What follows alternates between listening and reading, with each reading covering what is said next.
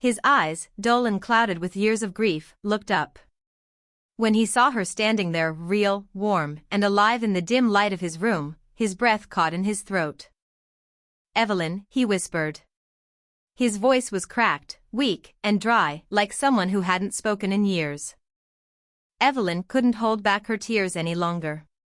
She knelt down on the hard floor right in front of his chair and took his cold, shaking hands into her warm ones.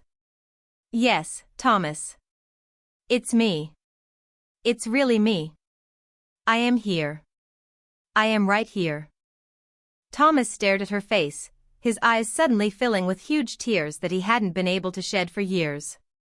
He reached out with a trembling hand, his fingers touching her warm cheek, making sure she wouldn't disappear like a ghost into the shadows. You left me," he sobbed, his voice breaking into a million pieces. "You said you didn't love me anymore. You said you found someone else." "I lied, Thomas," Evelyn said, tears streaming down her face as she pressed her cheek against his hand. "I lied to protect my family. Your parents threatened them, and I was scared. But they brought me back. They know now that we belong together. No one is ever going to separate us again. I never stopped loving you." Thomas didn't care about his parents, their reasons, their money, or their apologies. All he knew was that the heavy winter in his soul was finally over.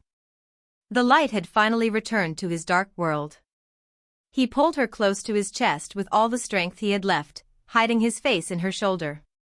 He began to cry loudly, deeply, releasing 4 long years of heavy darkness and pain, while Evelyn held him tight, promising him over and over that she would never leave his side again.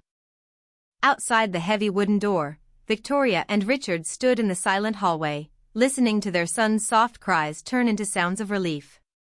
For the first time in their lives, they didn't care about the family name, the social standing, or what the world would think. They were just grateful that their son was finally coming back to life, saved not by the gold they worshipped, but by the love they had tried to destroy.